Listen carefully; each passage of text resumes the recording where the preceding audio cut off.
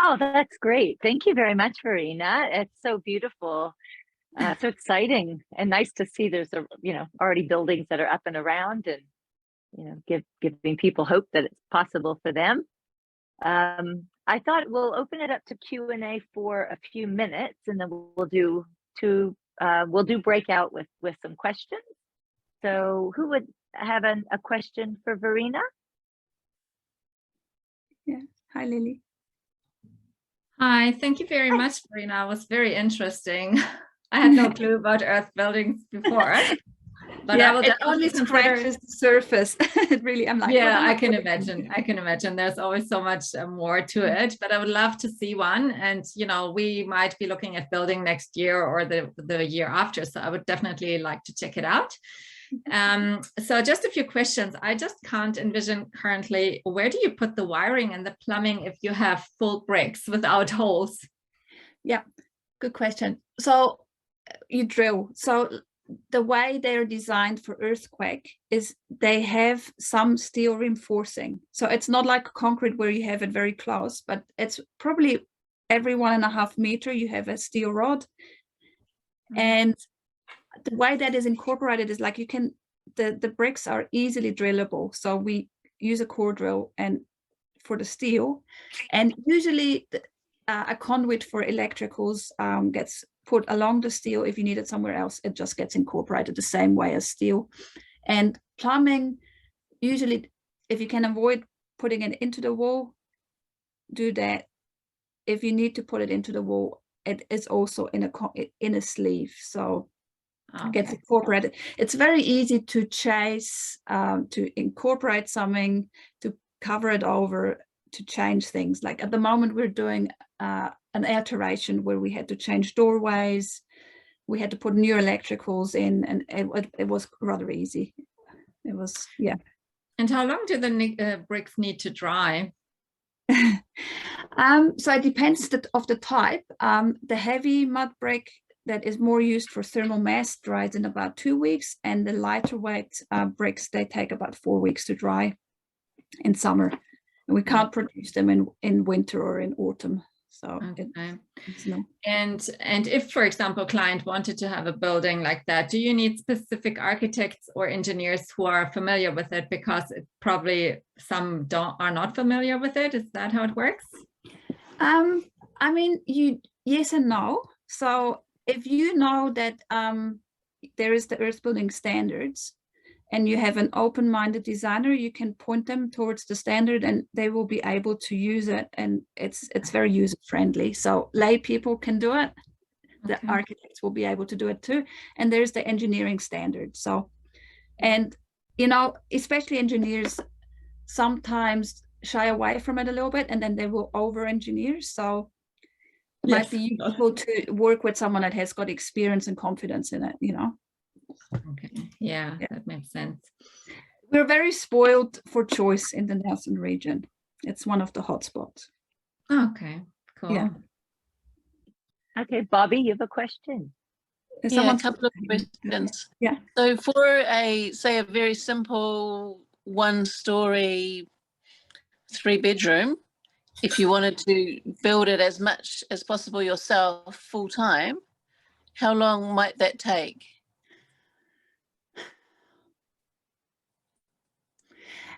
For the mud, that's the logistical question about when you're choosing technique, because one of the advantages of mud brick is that you're producing the bricks first, and then they're dry, and then when you build, you're good to go. Where other techniques, you have drying time within the building.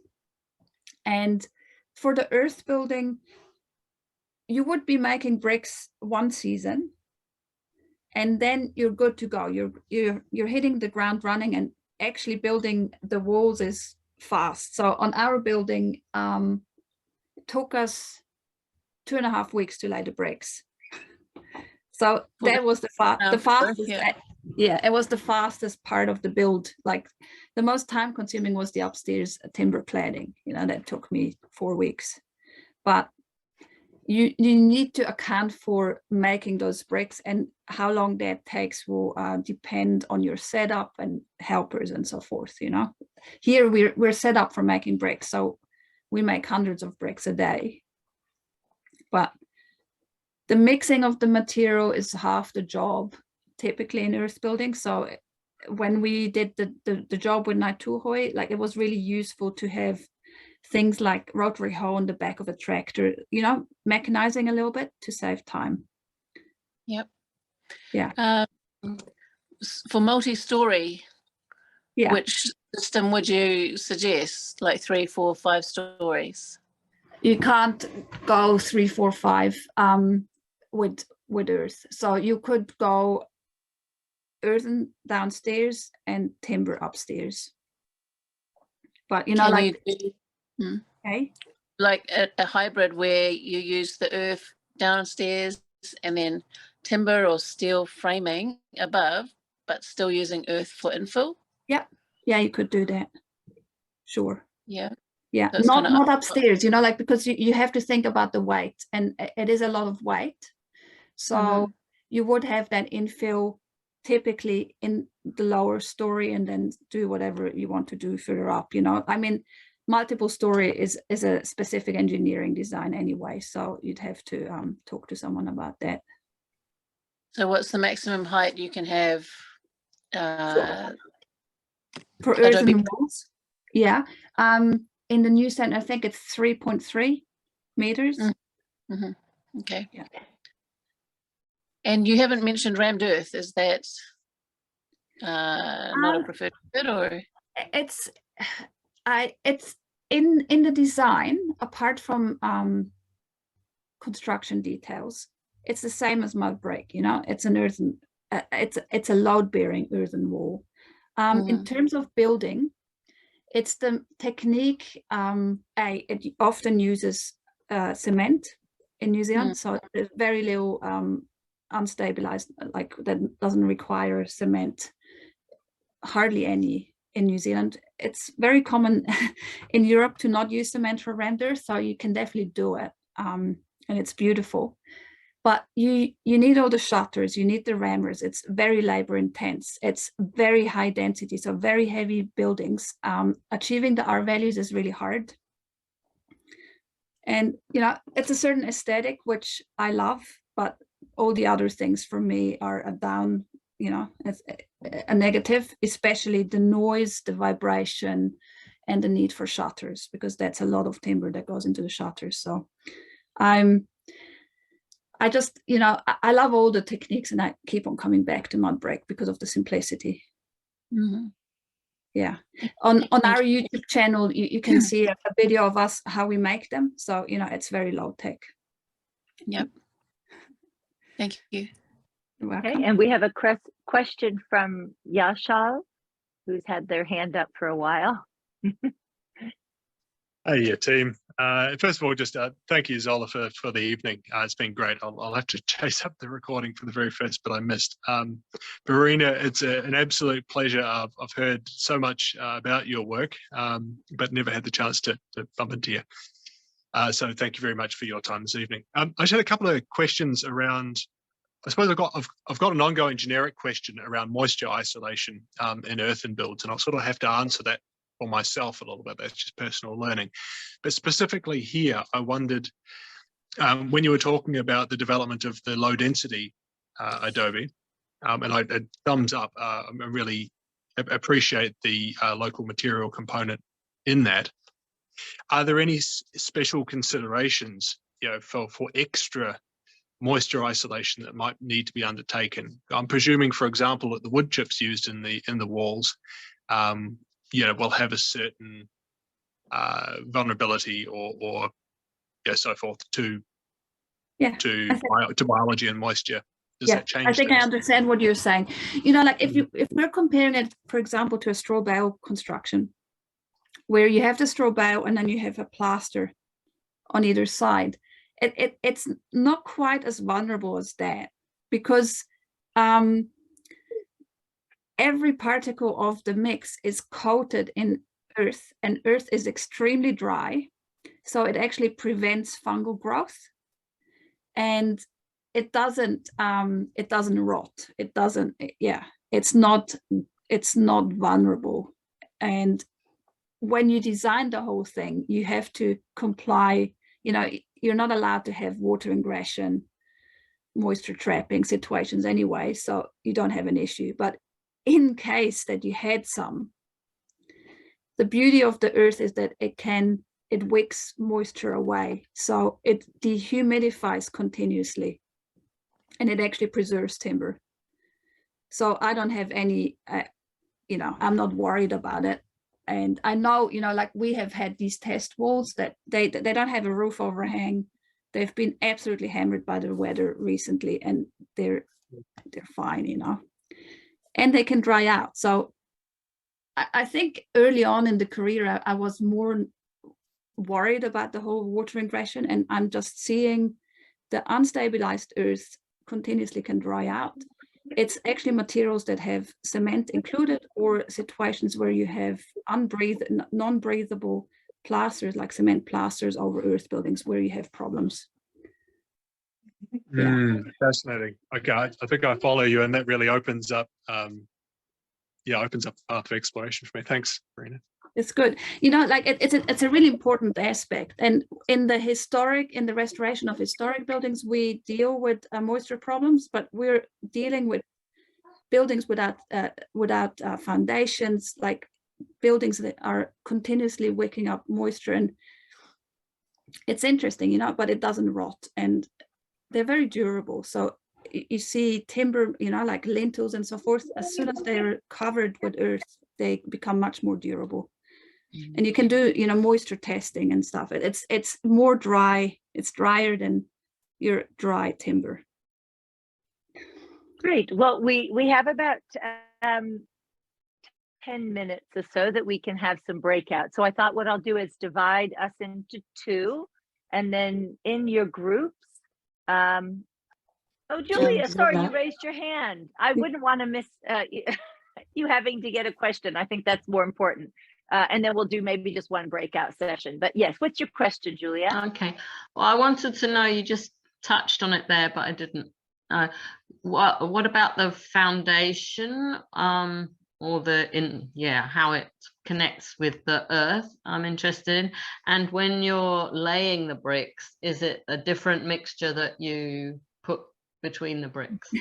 Yeah, so they need good foundations. It's a lot of weight. In New Zealand, it's usually concrete foundations. Overseas, you often find stone foundations, and we're trying to get cement-free or rubble trench foundations through. But because of the weight, they have to be, you know, they have to be nice, solid, and onto good ground. And then there needs to be a damp-proof course. So similar to timber frame building, there's the disconnection between concrete and whatever is above it, because concrete actually attracts moisture. And how deep do the concrete have to be? Hey, how deep? How deep? Deep. Again, it depends on your situation, but into good ground, 300 millimeters into the ground. So, and that's all, you know, like have a look at the standard, the one that is for free, and you'll see all the details and the way it's put together. And then it gets mortared together with similar materials. It's subsoil, so it's the clay material with sand, because in the mortar, shrinkage has to be controlled. In the mud brick, shrinkage happens when it dries out, and it's not a problem, you know, but when you put everything together, you want to control shrinkage. Yeah, thank you. You're welcome. Yeah, download the standards and have a nosy. It's good reading. Yeah. Oh, and Ju, got another hand. Just wondering, in terms of cost-wise, conventional building versus earth building, can you give an idea just in terms of ratio, what's that like? Because my impression from earlier research on it is that, like, cost-wise is like labor is the main cost, and because of that it becomes like not very efficient to build with earth buildings. So it'd be good to see what's your take on it. Yeah. Okay, great question. I can't fully answer this question because the wall, you know, the material that you use for your wall is only actually a small part of the overall building cost. And yes, the earth buildings they're heavy labor, but in my experience, especially for the Adobe technique, it's not more work than erecting a timber frame, insulating, cladding, lining, doing all the things, you know, like it's just way simpler. And for us as a company, when we build we don't do the whole building, so we don't actually have oversight of the costs, you know, of the entire building, because usually the client doesn't tell us that. But we try and be competitive with good quality conventional build. We can't compete with spec, you know, cheapest of the line. We don't want to do that. In saying that, it lends itself for owner building. So if you're worried about labor costs, it is something that you can do with semi-skilled labor, and people, you know, like I pay them, but they're also often very keen on community effort and keen on learning. So that's what I can offer. That's why I'm doing the online teaching, is because I actually feel that the way it's going, like building costs are exploding. There's material shortages. There's shortage of skilled labor. Like New Zealand, I think it needs like 100,000 carpenters.